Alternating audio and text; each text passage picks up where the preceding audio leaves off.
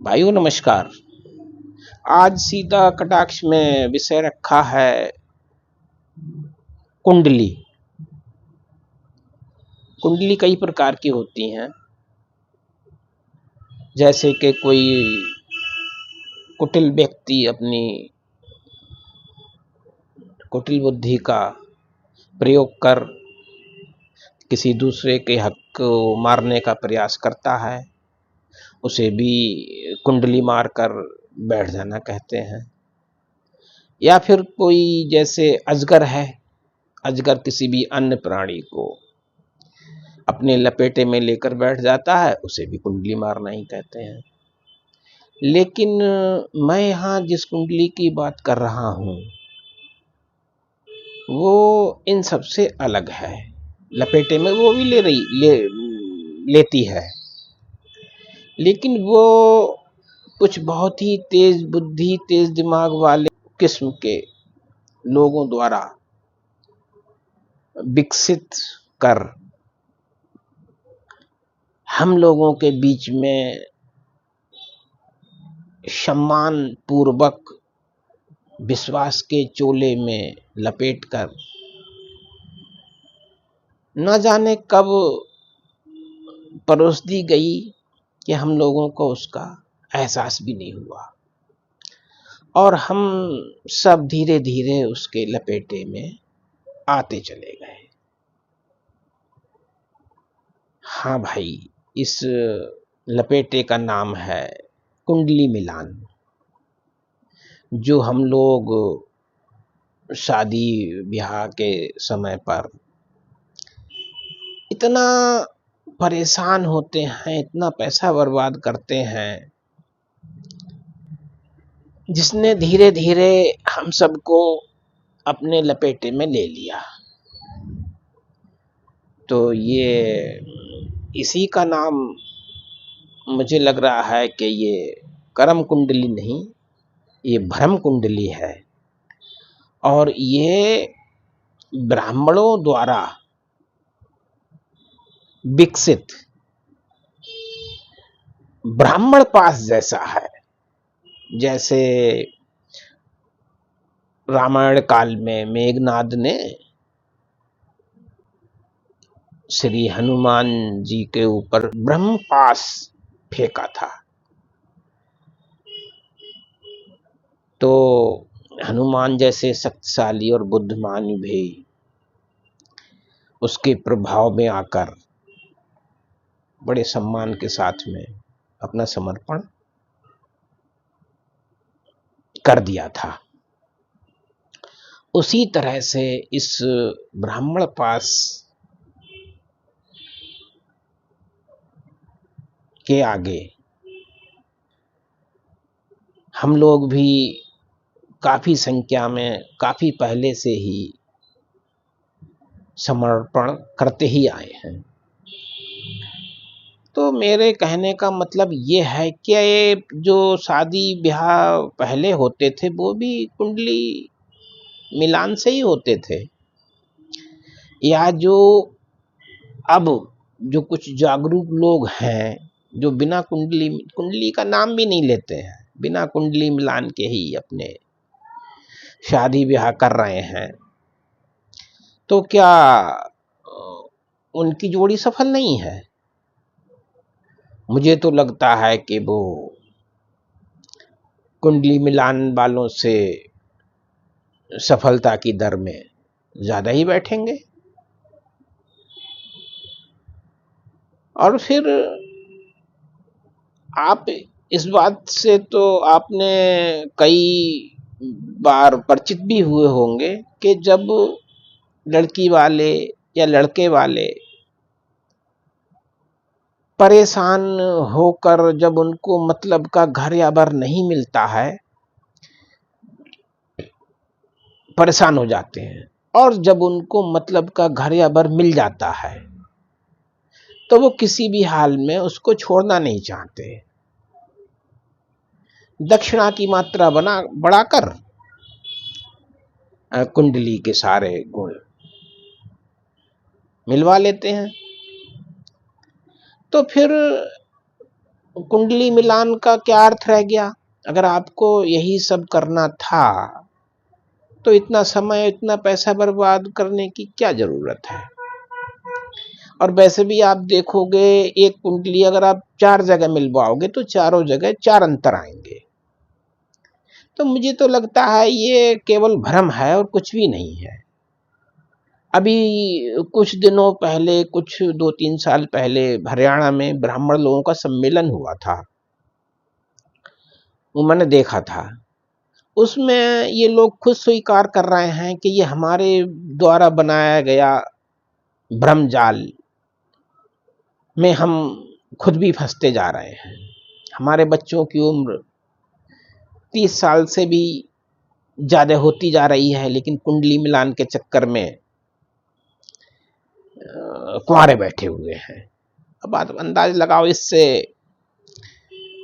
अपने जनसंख्या पर कितना फर्क पड़ रहा है। हमें लग रहा है कि यही हाल चलता रहा तो कुछ साल बाद भारत में बूढ़े ही बूढ़े नजर आएंगे और जो जवान नजर आएंगे वो अपने नहीं होंगे। तो इस सब में सुधार की जरूरत है। अब बहुत से लोग शादियां कर रहे हैं बिना कुंडली मिलान के, तो क्या वो सफल नहीं है? पहले भी शादी होती होंगी बिना कुंडली मिलान के। कुंडली ये शुरू से ही नहीं प्रथा में है। तो मुझे तो लगता है कि उनका दर इनसे सफलता का दर कुंडली मिलान वालों से ज्यादा ही बैठेगा। तो इस भ्रम को तोड़ने की जरूरत है। बहुत से लोग तो निकल गए हैं, हम सबको निकलने की जरूरत है। अब रही बात होनी अनहोनी की, तो भाई ये तो आप हम सब स्वीकारते ही हैं कि ये तो ईश्वर के हाथ है। लेकिन कुछ इस तरह के लोग भी होते हैं कि अगर कहीं एक अनहोनी हो जाए तो उसको उसका प्रचार प्रसार भ्रामक दंत कथाओं से जोड़कर हर जगह कर देते हैं। आपने सुनी भी होगी कि उसके साथ में तो ऐसा हो गया। लेकिन जो 99% सफल जोड़े हैं उनकी चर्चा कोई नहीं करता है, जिन्होंने बिना कुंडली मिलान के ही शादी की है। एक अब असफल हो गया या कोई घटना दुर्घटना हो गई तो उसकी चर्चा आप सब जगह सुन सकते हैं। तो जागरूकता लाना जरूरी है। मैंने सोचा कि आज क्यों ना इसी विषय पर चर्चा की जाए और इस जो कुंडली का भ्रमजाल है इससे बाहर निकलने का प्रयास अब जरूरी हो गया है। नहीं तो ये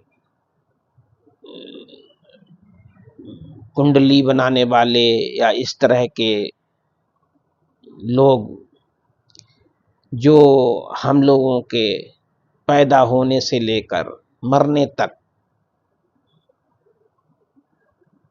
टोल टैक्स जैसा वसूल करते ही रहते हैं, मरने नहीं मरने के बाद में भी वो कहीं ना कहीं किसी ना किसी रूप में वसूली की कोशिश करते ही हैं।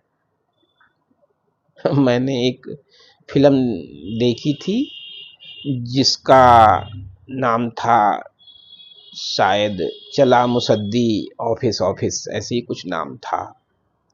उसमें दिखाया है कि कैसे एक साधारण व्यक्ति सरकारी सिस्टम में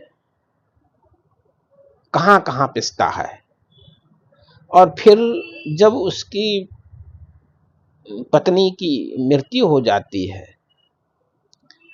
तो वो पिंडदान वगैरह जो भी अस्थि विसर्जन करने के लिए जाते हैं तो वहां दक्षिणाओं के नाम पर 10 तरह की दक्षिणाएं ये दक्षिणा, वो दक्षिणा, ये धोती, ये वो कपड़ा, ये है वो आत्मा को हम पहनाएंगे। और सबसे बड़ी बात, वो गौदान तक करवाते हैं। उन्होंने करवाया था उस फिल्म में कि भाई आप गौदान करना चाहिए आपको, क्योंकि जो भवसागर है कहीं, उसकी पूंछ पकड़कर ही आपकी दिवंगत आत्मा वो भवसागर पार कर पाएगी। तो बेचारे वो गौ दान के उन्हें रकम भी अदा करते हैं।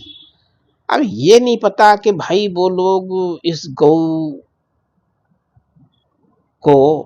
गौ माता को वहां पहुंचाएंगे कैसे, क्या साधन है पहुंचाने का, या जब तक गौ माता भी परलोकवासी होकर वहां जाएंगी तब तक वो दिवंगत आत्मा वहां बैठकर उनका इंतजार करेंगी।